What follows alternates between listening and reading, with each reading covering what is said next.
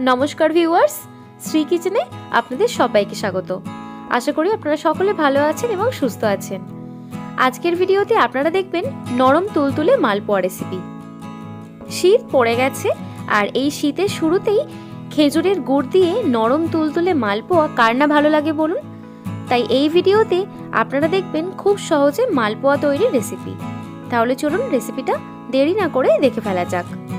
মালপোয়া তৈরির জন্য প্রথমেই নিচ্ছি 1 কাপ সুজি, আর নিচ্ছি 1 কাপ ময়দা, আর অল্প সামান্য কিছুটা মৌরি, আর এর মধ্যে দিচ্ছি 2 টেবিল স্পুন আমুল ক্রিম। এটা অপশনাল, এটা আপনারা স্কিপ করতেও পারেন। এবার নর্মাল টেম্পারেচারে রাখা দুধ দিয়ে একটা ব্যাটার তৈরি করে নেব। আর এখানে আমি কাউ মিল্ক ব্যবহার করেছি। এবার অল্প অল্প করে দুধ দিয়ে ব্যাটারটা তৈরি করে নিচ্ছি। এখানে ব্যাটারটা যেটা তৈরি হবে সেটা খুব থিকও হবে না আর খুব পাতলাও হবে না। এই ব্যাটারটা তৈরি করতে 2 কাপ দুধ লেগেছে। ব্যাটারের মধ্যে ফ্লোয়িং কনসিস্টেন্সি চলে এলে তাহলে বুঝতে হবে ব্যাটারটা রেডি হয়ে গেছে।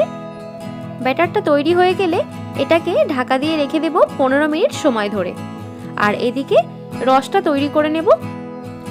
এখন গ্যাসের ওভেনে কড়াইটা বসিয়ে এর মধ্যে দিচ্ছি 1 কাপ চিনি আর 1 কাপ খেজুরের গুড়। এবার ওই কাপ মেপেই 2 কাপ জল এর মধ্যে দিয়ে দিচ্ছি। আর গ্যাসের ফ্লেমকে এখন অফ করে রেখেছি। জলটা দিয়ে দেওয়ার পর গ্যাসের ফ্লেমকে আমি অন করে নিচ্ছি। এবার গ্যাসের ফ্লেম মিডিয়াম টু হাইতে রেখে রসটা তৈরি করে নিচ্ছি। আর এই রসটা ফুটতে শুরু করে দিয়েছে। এবার যতক্ষণ না পর্যন্ত এই রসের মধ্যে হালকা আঠালো ভাব আসছে ততক্ষণ এইভাবে নাড়াচাড়া করে যেতে হবে। 5 মিনিট হয়ে যাওয়ার পর আমি এবার এটা হাতে করে নিয়ে একটু দেখছি যে এর মধ্যে হালকা আঠালো ভাব এসেছে কিনা। দেখুন, এর মধ্যে হালকা আঠালো ভাব চলে এসেছে, রসটা তৈরি হয়ে গেছে। এবার এটাকে নামিয়ে ঠান্ডা করে নেব। 15 মিনিট পর ব্যাটারটার ঢাকা খুলছি। আর ব্যাটারটা এখানে একটু থিক হয়ে গেছে, তাই অল্প একটু দুধ দিয়ে একটা পাতলা ব্যাটার তৈরি করে নিচ্ছি। যখনই দেখবেন ব্যাটারটা একটু থিক হয়ে যাবে তখনই অল্প একটু দুধ মিশিয়ে দিলেই হয়ে যাবে। আর এখানে পারফেক্ট ব্যাটার তৈরি হয়ে গেছে। আর এদিকে আমি গ্যাসের ওভেনে বেশ কিছুটা পরিমাণ তেল গরম করে নিয়েছি। এখন এর মধ্যে 1 টেবিল স্পুন ঘি অ্যাড করছি। আর এই ঘিটা দেওয়ার ফলে মালপোয়ার ফ্লেভারটা খুব ভালো আসে। এবার হাতের সাহায্যে অল্প একটু ব্যাটার নিয়ে এই তেলের মধ্যে দিয়ে মালপোয়াটা ভেজে নিচ্ছি। আর গ্যাসের ফ্লেমকে একেবারে স্লোতে রেখেছি। এবার এটাকে বোথ সাইডস ভালো করে ভেজে নিচ্ছি।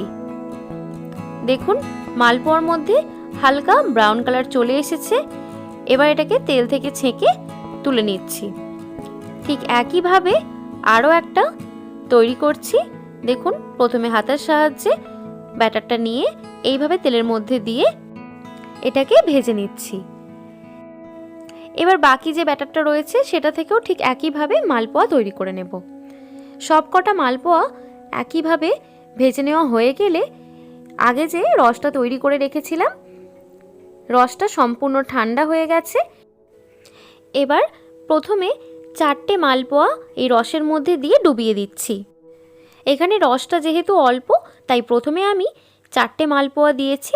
আপনাদের কাছে রসটা যদি বেশি থাকে তাহলে সবকটা মালপোয়া একবারেও দিয়ে দিতে পারেন। এবার 2 মিনিট অপেক্ষা করব। 2 মিনিট পর যে 4টে মালপোয়া রসে ডুবিয়ে রেখেছিলাম সেটাকে তুলে নিচ্ছি। এইভাবেই বাকি মালপোয়াগুলো এই রসের মধ্যে ডুবিয়ে 2 মিনিট রেখে তুলে নেব। আমি একইভাবে সবকটা মালপোয়া তৈরি করে নিয়েছি।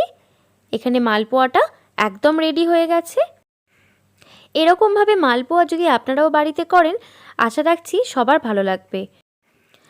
আমি চাইবো এই শীতের শুরুতেই এই রেসিপিটা বাড়িতে বানিয়ে ফেলুন। আর আমাকে কমেন্টে জানাতে ভুলবেন না যে আপনাদের কেমন হয়েছিল। আর এই ভিডিওটা যদি আপনাদের ভালো লেগে থাকে তাহলে লাইক, কমেন্ট, শেয়ার করুন। আর আমার চ্যানেলে নতুন বন্ধু হলে চ্যানেলটি সাবস্ক্রাইব করার জন্য অনুরোধ রইল। আর ভিডিওটা দেখার জন্য আপনাদের সবাইকে অনেক অনেক ধন্যবাদ।